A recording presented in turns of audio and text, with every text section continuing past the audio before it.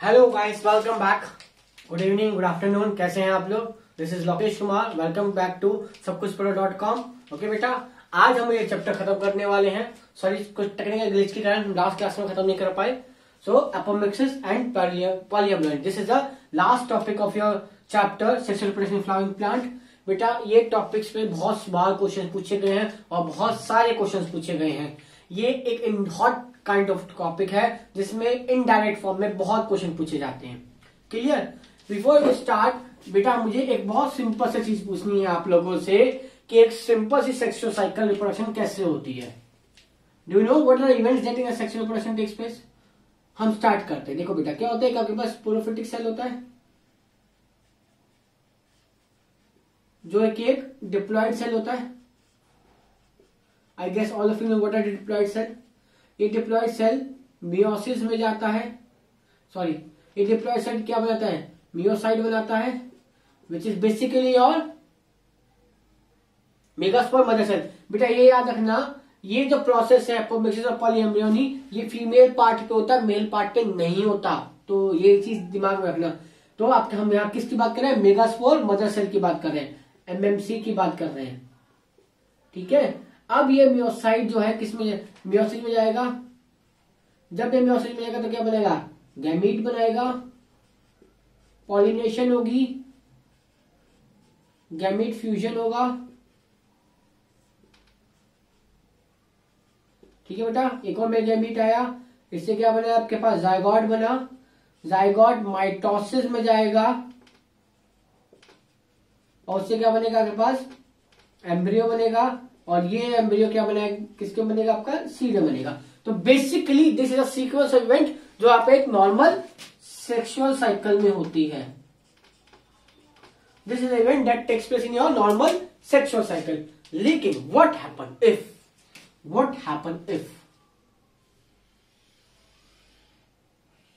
ये हो जाए, यानी कि कोई डिप्लॉयड सेल आपका ये चीज शो कर दे।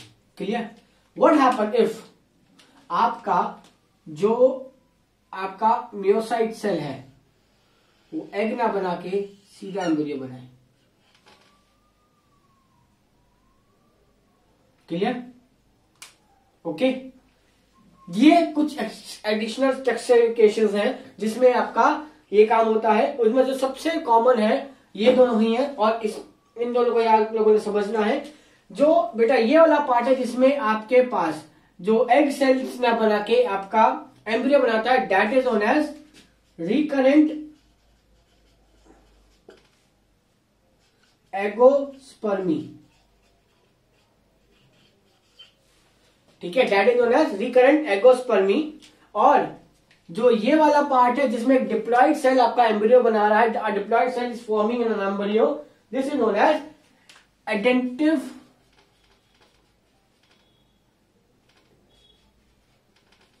Embryogeny. This is known as adventive embryogeny. Clear. अब हमें एक एक करके दोनों को समझ। बेसिकली बेटा फंडा देखो, और ये कहां हो रहा है, ये आपके ओव्यूल के अंदर होगा। फिर बेटा सीड तभी बनेगा जब ओव्यूल होगा। ठीक है, ये बात आप समझ के रखिए। जब सीड तभी बनेगा जब आपके पास ओव्यूल के अंदर होगा। ये प्रोसेस सारा आपका ओव्यूल के अंदर होगा। क्लियर। देखिए हो क्या रहा है basically. So what is apomixis. So what is basically your apomixis? Is formation of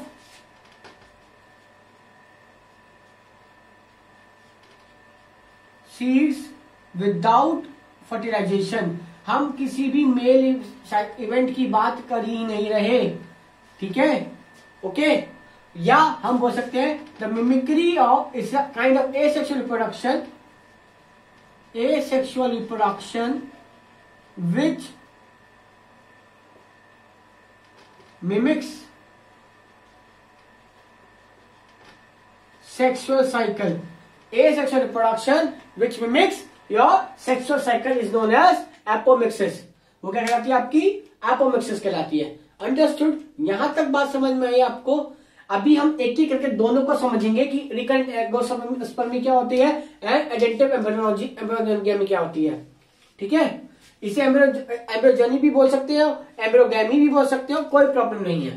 clear, understand मिटोए? Okay, तो पहले हम समझ रहे रिकरेंट। देखो एक इससे पहले एक चीज समझिए, what is an embryo? Embryo है क्या आपका? मुझे बताइए एम्ब्रियो है क्या वैसे आपका? एम्ब्रियो कुछ नहीं है, आपका क्लस्टर ऑफ डिप्लॉइड सेल है, यही एम्ब्रियो है। अगर मेरा कोई भी सेल ये चीज बना पाए तो वो एम्ब्रियो की तरह बिहेव करेगा या नहीं करेगा, है ना? तो यही चीज आपको इन दोनों केसेस में हो रही है। हम एक एक करके दोनों को समझते हैं किसमें क्या होता है। क्लियर? चलिए ओके, पहले हम समझते हैं आपका एडेंटिव एम्ब्रियोजेनी।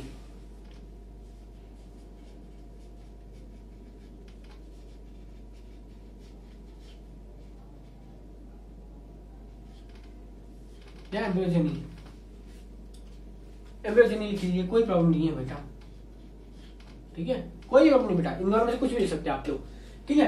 एडेंटिव एम्ब्रियोजेनी क्या होता है बेटा? देखो इसमें क्या हो रहा है, आपके पास there is a diploid cell, there is a diploid cell. मान लीजिए कोई सा भी आपका न्यूसेलस का है, ठीक है? आपके पास कोई भी आपका इंटीग्रोमेट का सेल है, वो क्या करता है? अ डिप्लॉइड सेल वो है आपका सीधा का सीधा माइटोसिस शो करता है और क्लस्टर ऑफ डिप्लॉइड सेल्स बना देता है इनसाइड योर ओव्यूल, और वो क्या बनाते हैं? आपके सीड बना देते हैं, that forms your seed.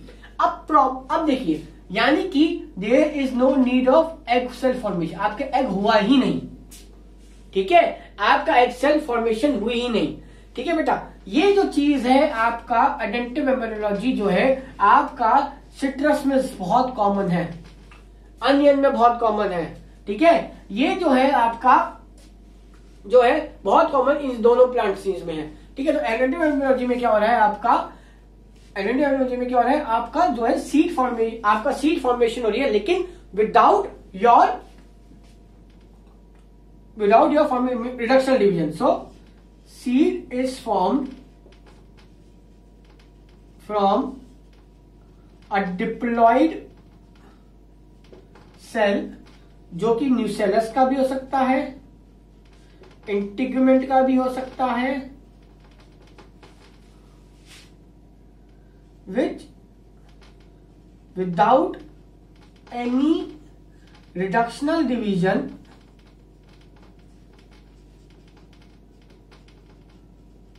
And fertilisation. Clear? So आपका सीड जो एंड प्रोडक्ट है किस चीज का? सेक्सुअल साइकिल का। उसकी जगह आपके पास क्या बन रहा है? आपके पास बेटा सीड बन रहा है, लेकिन आपका वो किससे बन रहा है? एक विदाउट सेक्सुअल सेल के बन रहा है, ठीक है? Clear? Understand? This is your adventive embryology. Clear? Next है आपका recurrent embryology, recurrent agamospermy. Next है आपका रिकरेंट एगोस्पर्मी।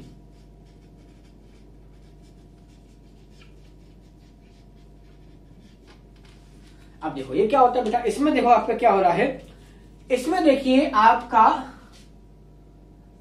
मियोसाइट सेल, आपका यानी कि मेरा मेगा आपका मियोसाइट सेल यानी कि megaspore mother cell.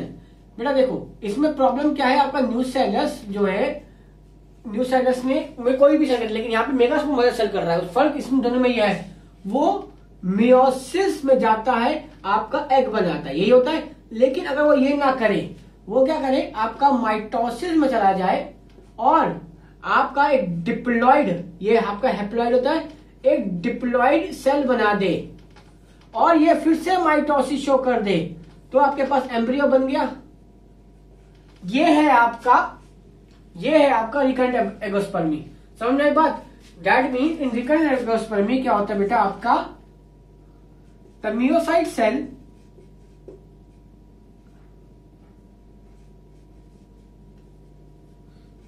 cell that is megaspore mother cell does not undergo reductional division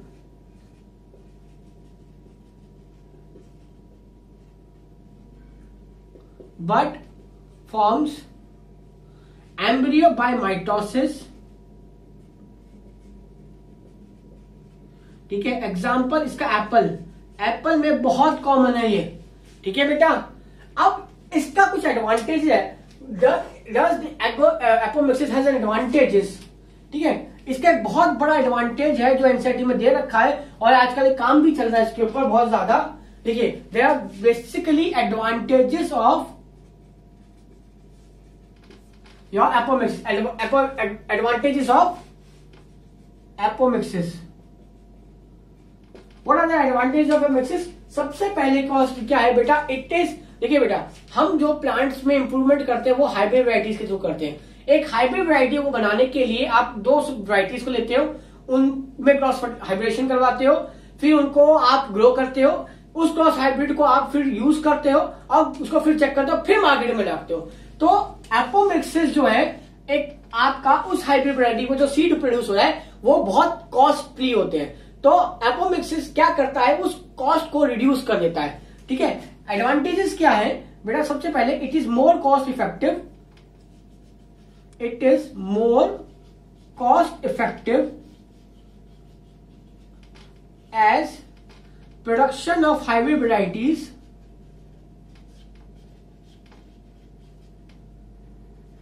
seeds are costlier, ठीक है। अगर आपको नहीं दिखा तो मैं दोबारा से लिख लेता हूं इसको, कोई बात नहीं। लिखिए,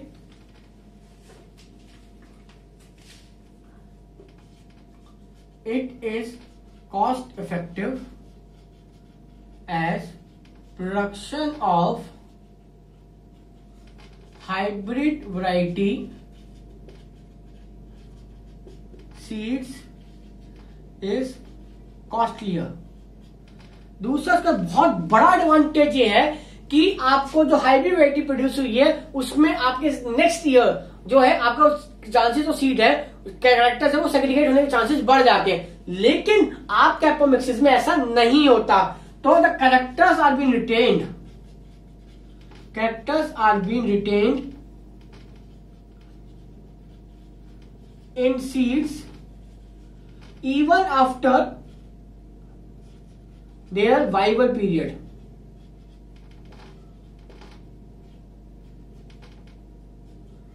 ठीक है, उनके वाइवल पीरियड के अलावा भी आप वो कैरेक्टर्स मेंटेन रहते हैं। तीसरा जो इसका सबसे बड़ा एडवांटेज ये है कि आपका द एपोमिक्टिक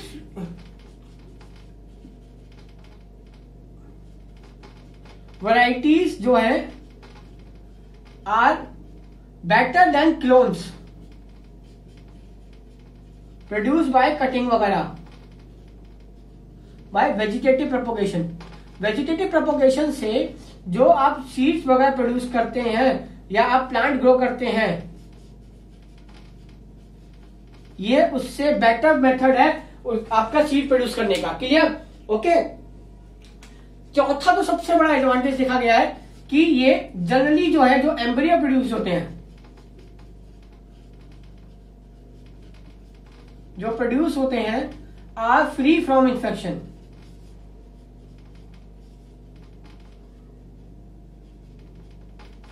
ये किसी भी तरह के इन्फेक्शन से फ्री होते हैं। So this is a very good advantages of your apomixis. अब बहुत इंपॉर्टेंट चीज है, याद रखिएगा मेरे बच्चे कि आज अभी इस वैरायटी पे काम चल रहा है कि एपोमिक्सिस होता क्या है। हमें जीन्स को अगर हमें किसी तरह से ये पता लगी ये जीन्स स्पॉन्सर्ड एपोमिक्सिस के लिए, तो we will able to produce more kind of this genes and more kind of varieties. Clear?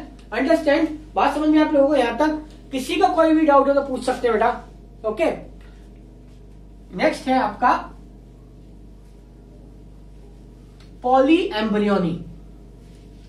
Next है आपका पॉली एम्ब्रियोनी। जैसे नाम से समझ में आ रहा है आपको, पॉली मीन्स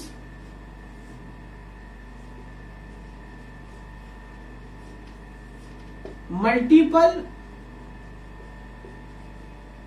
एम्ब्रियो, यानी कि आपके पास एक से ज्यादा एम्ब्रियोज है सिंगल सीड में। That is production of more than one embryo in a seed. ठीक है? अब ये बेटा आपके कई तरीकों से हो सकता है। इसमें बहुत सारे तरीके हैं आपके पॉली एम्ब्रियोनी होने के। पहला तरीका यह है आपका मल्टीपल फ्यूजन्स हो या फर्टिलाइजेशन हो। दैट मीन्स आपके पास एंटीपोडल्स, सिनर्जिड्स, ये फर्टिलाइज हो जाए किसी तरीके से, ठीक है, तभी हो सकता है।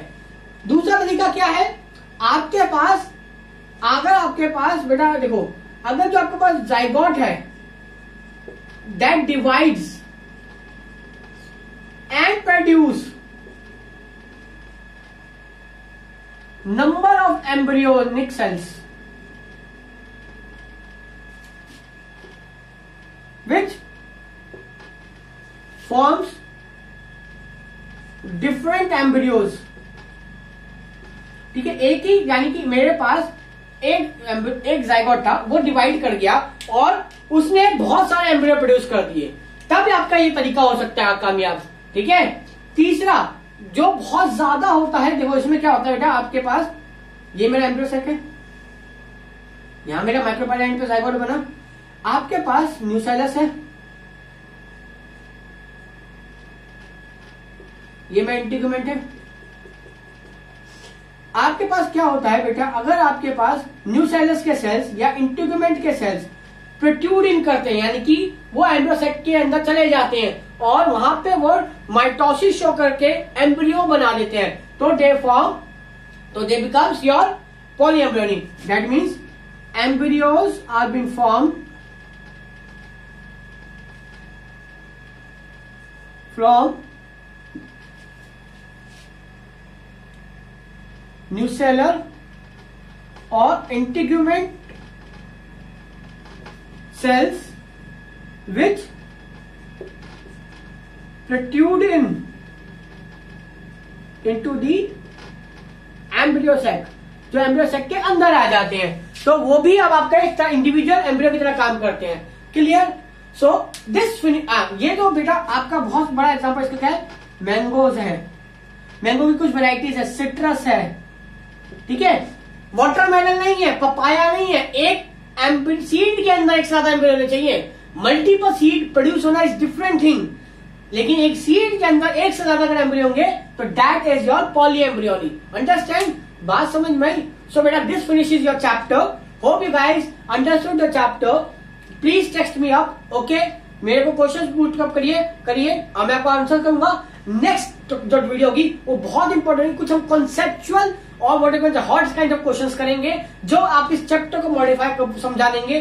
बड़े क्वेश्चंस तो सबको पता है, मेगा स्पोर्ट्स वगैरह क्या है, लेकिन कैसे दूसरे कॉन्सेप्चुअल क्वेश्चंस को आंसर करना है, हमें वो करना है, ठीक है बेटा। Have a nice day. Please do subscribe सबकुछपढ़ा.com एंड यूट्यूब चैनल में सब्सक्राइब करिए, ज्यादा से ज्यादा हमें फॉलो करिए, और बायोलॉजी फ्री है आपकी सबकुछपढ़ा.com पे। Please do the channel, okay. Take care, have a nice day.